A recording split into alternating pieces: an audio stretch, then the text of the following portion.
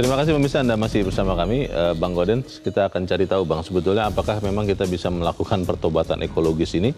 Kita telah terhubung lewat saluran telepon dengan Kepala Departemen Kampanye Wahana Lingkungan Hidup Indonesia atau WALHI, Khalisa Khalid. Mbak Khalisa Khalid, selamat pagi. Ya, selamat pagi. Ya, Mbak Khalisa, kalau kita sama-sama tersentak dengan tewasnya ikan paus yang kemudian di dalam perutnya kita temukan ada hampir 6 kg plastik. Tapi sebetulnya ini kan peristiwa tragis kesekian yang kita lihat akibat dari sampah khususnya plastik. Pertanyaannya, apakah memang benar kita bisa meminimalkan penggunaan plastik, lalu kita juga bisa benar-benar menjaga supaya laut kita itu tidak tercemar khususnya dari darat. Bagaimana Mbak Khalisa? Itu bisa banget Mas, karena pertama plastik itu bukan satu barang yang sangat mempengaruhi kehidupan kita ya, atau kita sangat tergantung pada plastik. Kalau kita nggak menggunakan plastik maka kita akan mati gitu ya. Sehingga memang kalau pertanyaannya apakah mungkin kita meminimalisir plastik, sangat mungkin. Bahkan di beberapa negara itu sudah mengendalikan plastik dengan cara ban plastik ya gitu, dan bahkan negara yang dilarang penggunaan plastik gitu. Nah, dilarang sama sekali gitu. Nah, ini sebenarnya menunjukkan satu kesadaran bahwa memang plastik itu hanya menghasilkan satu sangat parah, bukan hanya sebenarnya terkait lingkungan, tapi juga terkait dengan kesehatan atau keselamatan biodiversity ya, termasuk ya kemarin kita tahu ada paus yang mati dan di dalamnya banyak ditemukan plastik gitu. Mbak Lisa, kita sudah tahu bahwa mungkin terutama di Pulau Jawa ya, kalau kita belanja ke minimarket, supermarket itu kita akan dikenakan charge tambahan kalau kita menggunakan kantong plastik. Tapi masih bisa menggunakan kantong itu. Bentuk kampanye seperti apa sebetulnya yang bisa drastis menekan penggunaan plastik? Mungkin yang paling banyak adalah kantong plastik, atau kalau masyarakat bilang kantong kresek itu. Bagaimana Mbak Khalisa? Ya, pertama kan begini, terkait dengan penggunaan plastik di tingkat konsumen gitu ya. Itu sebenarnya memang terkait dengan satu mesti pada situasi dipaksa dengan regulasi itu di awal gitu ya. Dan kemudian berikutnya adalah bagaimana membangun satu perubahan kultur, perubahan budaya kita dalam mengkonsumsi. Nah, itu menjadi penting gitu. Bagaimana kita bisa bijak mengkonsumsi, terutama dari bahan apa yang akan kita gunakan seperti plastik. Nah, ini memang tidak mudah begitu. Tapi pada satu kondisi di mana sudah darurat misalnya, itu bisa dilakukan melalui regulasi. Sebenarnya waktu pemerintah pernah menguji coba ya bayar plastik berbayar, itu lumayan efektif setidaknya saya sebagai konsumen gitu ya. Dan saya melihat orang sudah mulai terbiasa menggunakan tas sendiri gitu, tas belanja sendiri. Tapi kemudian ketika kebiasaan lama gitu. Nah, ini yang sebenarnya kita dorong, bagaimana sebenarnya ada ya tindakannya tentu paralel antara satu policy atau regulasi dan untuk yang kita harapkan bisa merubah kultur. Nah, itu yang pertama. Yang kedua tentu tidak cukup di tingkat konsumen. Di tingkat produsen menjadi penting. Nah, pengendaliannya sebenarnya regulasi kita cukup banyak ya, Mas.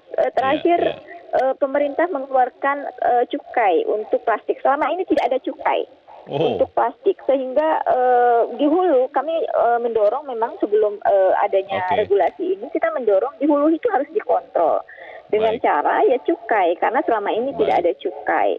Meskipun masih ada penolakan dari produsen ya Mbak Khalisa ya, gitu, karena dianggap membebani.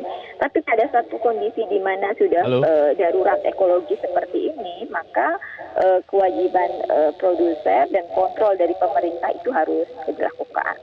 Oke, terima kasih Mbak Khalisa Khalid untuk pencerahannya pagi ini. Selamat pagi. Bang Gaudens, saya ingat kalau tidak salah tahun 2005 ya atau 2006, waktu itu saya ikut meliput kunjungan kenegaraan Presiden SBY ke Tiongkok. Kami pergi ke Shanghai dan di situ ada pengolahan sampah. Jadi pembangkit listrik tenaga sampah itu ada 7 lantai, memang baunya luar biasa, tapi mereka mengolah sampah termasuk plastik untuk dijadikan listrik. Nah, pertanyaannya apakah kita tidak bisa sekreatif itu? Waktu itu sudah lama kan, dan Presiden sendiri yang melihat, apa kita tidak bisa mengolah sampah itu lebih baik lagi supaya ekologi kita lebih terjaga? Oh, kalau untuk pengolahan sampah bagus kok. Bahkan ada peraturan yang terkait dengan apa?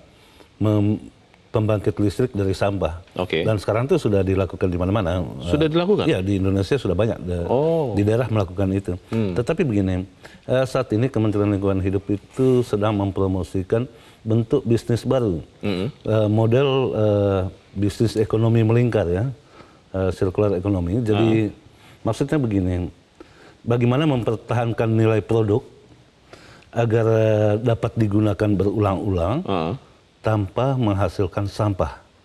Maksudnya apa nih? Contohnya Tentu pelaksanaannya lewat, bagaimana? Tentu sampah bagaimana melakukan daur ulang gitu ya, atau penggunaan kembali atau produksi ulang dari barang yang sama. Oke. Itu sedang dikembangkan dan model bisnis ini sedang berkembang pesat di Eropa saat ini. Di Eropa? Di Eropa ya. Maksudnya persisnya seperti apa sih? Ada contohnya tidak Bang? Bagaimana melakukan bisnis sirkuler itu yang tidak merusak lebih jauh lagi lingkungan kita? Jadi bagaimana sebuah produk dipakai berulang-ulang tanpa menghasilkan nilainya tetap, tapi pemakaiannya berulang-ulang. Katakanlah isi ulang botol atau apa, isi ulang apa refill. gitu. Ya, Oke. gitu. Kira-kira seperti itu. Itu bisnis yang sedang dikembangkan saat ini. Dari ini pada satu sisi. Ya, sisi lain pemerintah juga sudah melakukan bagaimana sampah itu bisa mempunyai nilai ekonomi lewat bank sampah. Jadi di RT saya sekarang itu kan ibu-ibu sedang aktif-aktifnya ya melakukan kegiatan pengumpulan sampah untuk bank sampah. Maksudnya persisnya apa? Kalau sampah dikumpulkan terus jadi apa? Jadi setiap keluarga itu punya tabungan di Ibu PKK itu. Nanti kita punya saham di sana, punya uang di sana disimpan dari sampah yang kita kelola sendiri. Jadi dari rumah itu kita memilih dan memilah mana sampah organiknya, mana sampah anorganiknya. Sampah yang anorganik itu mana yang bisa digunakan kembali. Itu dibeli gitu. Jadi kita punya buku tabungan di situ. Tapi ini kan langkah-langkah ataupun gerakan-gerakan yang belum nasional, Bang. Kedaerahan, maksudnya lokal-lokal? Kalau bank sampah itu sudah nasional. Sudah nasional? Sudah nasional ya. Tapi saya terus terang tidak terlalu mendengar gaungnya. Mungkin publikasinya yang kurang. Nah itu dia, pertanyaannya apakah kemudian kita bisa berharap semua kita bertobat merusak alam ini dengan sampah itu kalau hanya gerakan-gerakan yang tidak masif sporadis. Tapi bagaimana caranya kita bahas di bagian berikut. Pemirsa tetap bersama kami. Editorial Media Indonesia segera kembali. Terima kasih pemirsa Anda masih bersama kami. Bang Gaudens, pertanyaannya kan tadi begitu sebelum kita jeda. Bagaimana bisa membuat kita benar-benar bertobat? Karena kalau kita tidak dapat reward, hanya ditakut-takutin begitu, sanksi, kan nggak terlalu hebat juga. Tapi sebelum kita lanjutkan, kita akan mendengarkan dulu pendapat dari pemirsa. Kita sudah terhubung dengan pemirsa Metro TV di Malang, Jawa Timur, ada Dani. Mas Dani, selamat pagi. Selamat pagi Bang Leo. Selamat pagi. Ya, selamat pagi Bang Gaudens. Selamat pagi Mas Dani. Silakan Mas Dani. Oke, menurut saya perlu ada upaya revolusioner ya. Bagi pemerintah kita dari yang level tertinggi sampai yang level terbawah, misalnya bupati, wali kota gitu ya, dalam melakukan pertobatan ekologis ini. Karena setidaknya yang saya lihat di Malang gitu ya, di Malang ini juga banyak sekali pemukiman di bantaran sungai yang penduduknya ini juga tidak sadar lingkungan. Mereka tuh seenaknya sendiri membuang sampah tiap pagi gitu ya, membuang sampah, tidak sampah rumah tangga dan juga sampah-sampah yang ada di tempat sampah plastik gitu.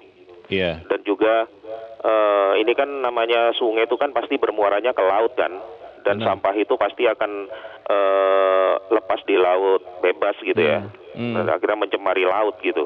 Nah ini juga perlu tindakan tegas ya dari wali kota, bupati, bahkan gubernur gitu ya, untuk menertibkan pemukiman-pemukiman di bantaran sungai ini. Ya kalau perlu. Itu masalahnya Mas Dani. Kalau kita belajar kan ada stick and carrot.